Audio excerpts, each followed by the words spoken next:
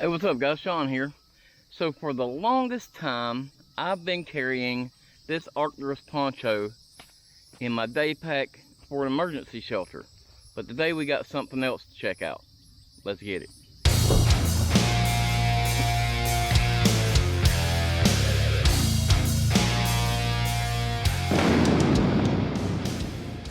So a few days ago, Onewind Outdoors reached out to me and asked me if I wanted to try out their solitary shelter and do a review on it. I said, sure, I always like to try out a new piece of gear, especially a tiny little emergency shelter like this. This thing is under a pound. It's pretty cool. Let's check it out. So to be perfectly honest, it's actually more like 2/3 of a pound. 300 grams, I believe. So this has what Onewind calls a 3-layer sil nylon fabric. The outer has a silicone coating. The middle layer is a ripstop nylon, and then it has a PU coating on the back side of it. So it's a pretty nice little setup. All of that to say, it's pretty cool. Let's set it up and actually see what it looks like. So one of the nice things about this is it is also kind of like my other shelter. This is more of a cloak than a poncho, but it still covers you if you don't want to set up a shelter.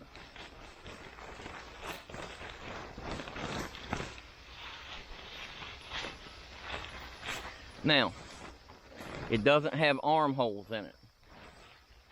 So if you want to get out from under it, you've got to pull it up. So that might be an issue for you, but if you're looking for just a super quick shelter, you could throw this thing on real quick, huddle up under a tree, and you're pretty squared away as far as staying dry. Now the nice thing about it too is it has, if you can see here, on the inside of it, it has a seam here that has some cord inside it.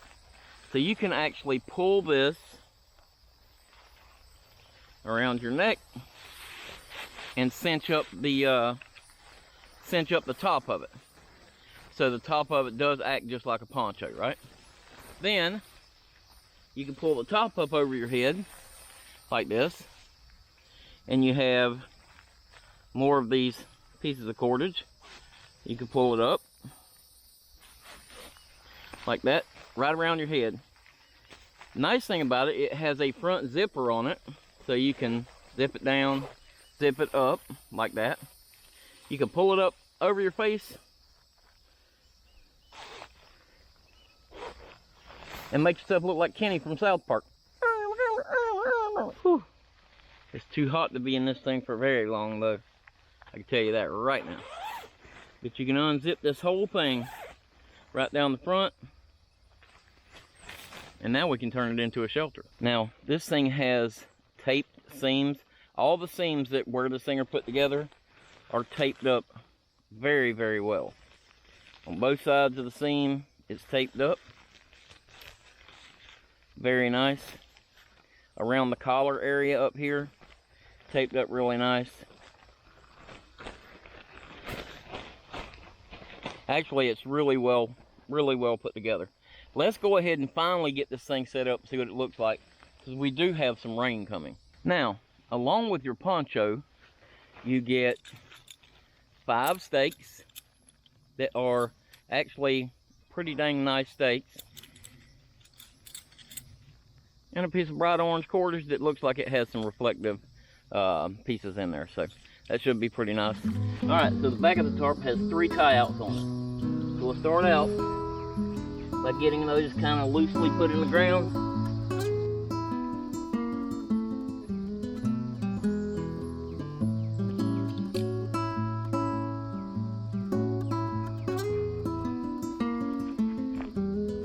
Next, I'm gonna just make a bowline on this end of the line.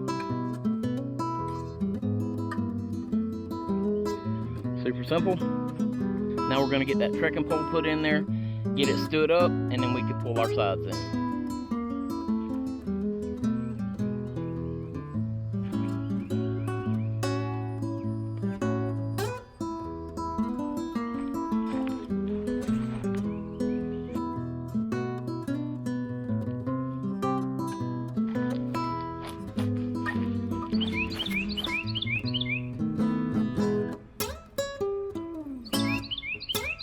Please excuse the background noise. Our neighbor over there is exercising his Second Amendment right. Now we're in another one of those situations where the company doesn't provide enough stakes for the setup. Doesn't make any sense to me. I've got extra stakes, but I shouldn't have to. With this product, it should come with enough stakes for tie-outs.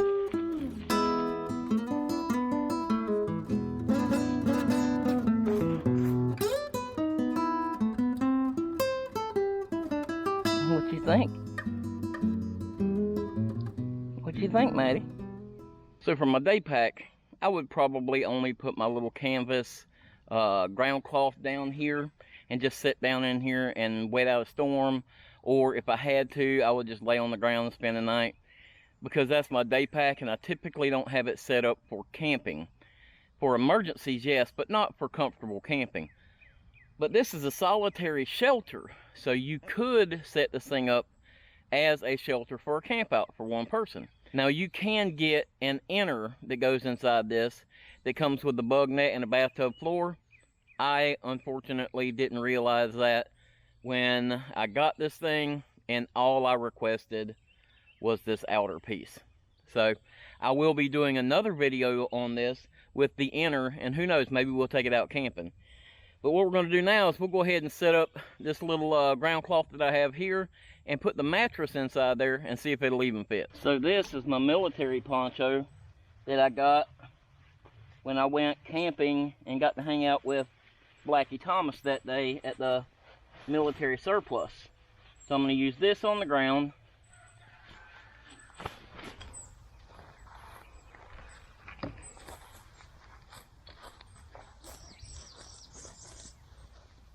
Man, it's spring, but this is Florida, so it's already getting warm. So here I have my Trekology Aloof UL80 sleeping pad.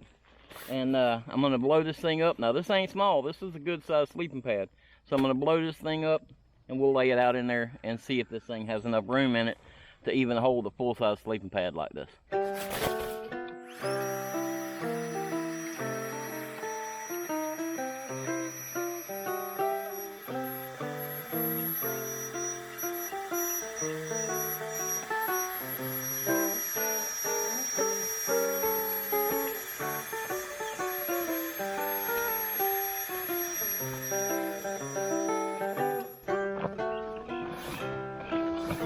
Oh yeah, actually that's perfect.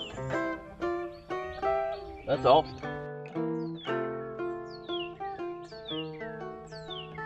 Now, if it was raining, I would tuck myself back up against the side so I wouldn't have the mist from that water coming in on the front of me. But if I was actually camping in this thing, I'd probably scoot out that way a little bit. Alright, so I have scooted myself out from the back a little bit. I can still feel this if I reach over and touch it, but it's not right up on me. And there is enough room for me to lay down in here, but I'm going to be honest with you. I'm 5'7"-ish. And my head is right at touching here, and when I stretch out, my feet are right at touching the other end. Now obviously, for this shelter, or any shelter to be effective, you have to know which way the storm is coming from. I for a fact know that that storm is coming from this way, so I've set the back of my shelter up facing the storm. That way, if it is blowing rain, hopefully it will blow rain past my shelter and not into it.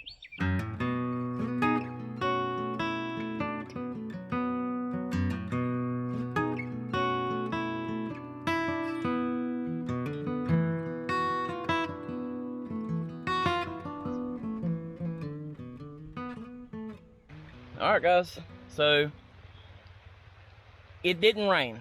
I waited for days. This is a couple days later and it never rained.